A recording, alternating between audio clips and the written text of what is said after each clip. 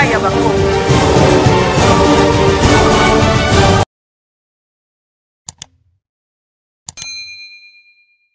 Malade. Et voilà ce que je note. Et voilà la similitude entre la justice et les portefeuilles de l'État. Et je pense que c'est pour cette raison que je suis invité ici. Le portefeuille est aussi malade. Et parmi ces maladies se trouve être sa contamination par la maladie dont souffre la justice. Mesdames et messieurs, le profil de ces entreprises indique qu'elles sont dans la quasi-totalité moins performantes. Elles affichent depuis des années des résultats négatifs. Elles ne sont pas rentables. Mais pourquoi elles sont moins performantes? Pourquoi sont-elles peu rentables? Pourquoi ne dégagent-elles pas des résultats positifs? Pourquoi ne contribuent-elles pas substantiellement au produit intérieur brut? Pourquoi ne contribuent-elles pas substantiellement au budget de l'État, à la création d'emplois et à d'autres externalités positives? Et donc, parmi les problématiques qui ont été indiquées, c'est tout vrai, permettez-moi les mots, l'intrusion de la justice, n'est pas seul. On a noté que la plupart d'entreprises du portefeuille de l'État sont victimes des condamnations judiciaires iniques, de saisies intempestives des comptes, du patrimoine, que sais-je encore.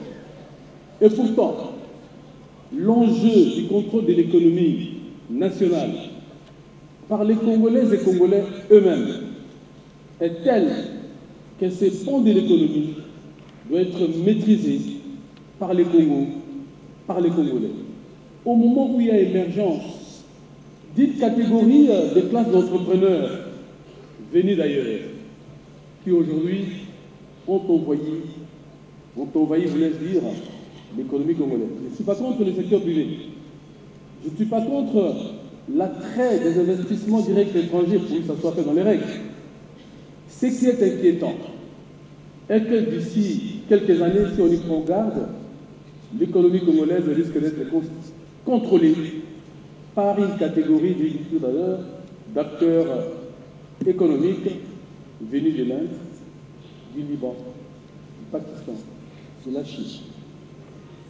Et la perspective dangereuse qui se cache derrière ce que nos enfants, nos petits-enfants, risquent de vivre dans un monde où ils vont commencer à chercher du travail auprès des personnes, des acteurs dont je viens de citer. Pourtant, il est possible de pouvoir changer de paradigme, inverser donc la donne. L'un des mots qui affectent nos entreprises, justement, je l'ai dit tout à l'heure, ce sont les saisies intempestives et les saisies intempestives et la spoliation du bien des entreprises du portefeuille de l'État. J'ai dit toutes les entreprises du portefeuille de l'État sont victimes de cet état de choses. Mesdames et messieurs, comme je disais tout à l'heure, l'importance, la place et l'incidence de la justice dans le développement économique et social des nations n'est pas à démontrer. Et notre pays ne se soustrait pas. Tous les auteurs de l'économie institutionnelle démontrent comment des institutions solides, transparentes et inclusives sont fondamentales pour une relance économique durable et efficace. Pour ces derniers, une justice qui renforce la confiance, réduit les incertitudes et favorise une participation équitable est essentielle pour restaurer la croissance économique. Tous partagent l'idée que l'économie est profondément ancrée dans un cadre institutionnel qui doit être en phase avec les besoins sociaux et économiques de la société.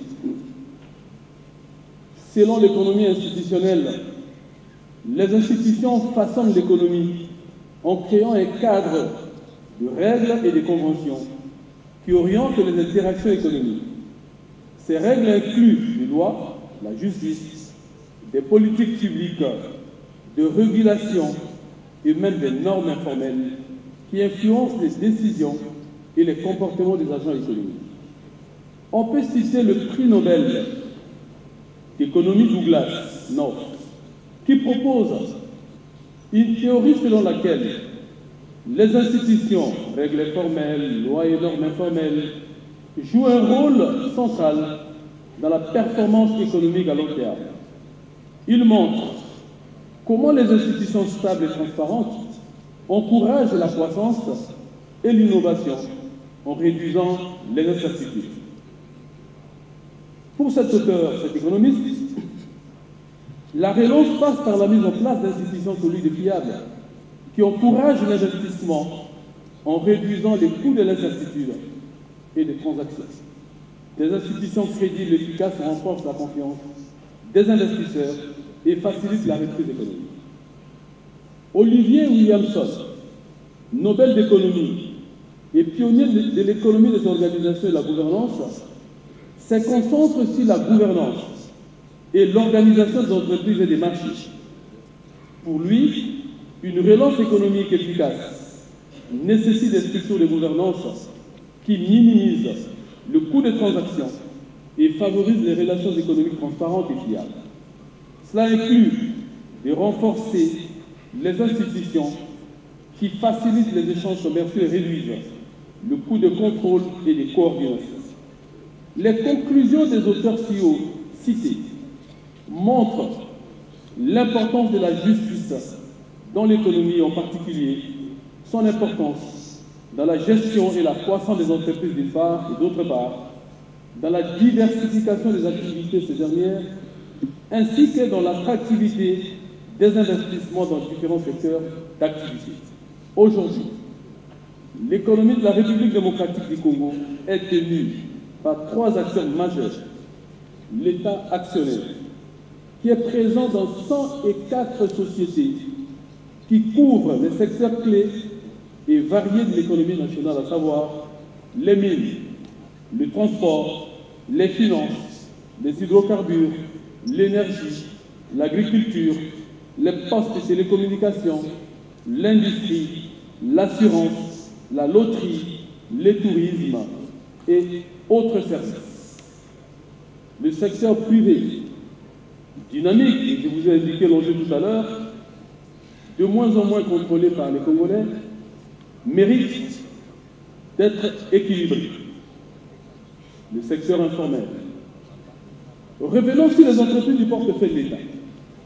Force est de constater que, quoique moins performantes, elles disposent pourtant d'un potentiel de croissance immense, constitué principalement de son patrimoine matériel et immatériel qui a besoin d'être protégé et sécurisé. Tel n'est pas le cas au vu des spoliations, des saisies intempestives érigées en système, souvent en violation des dispositions légales en vigueur.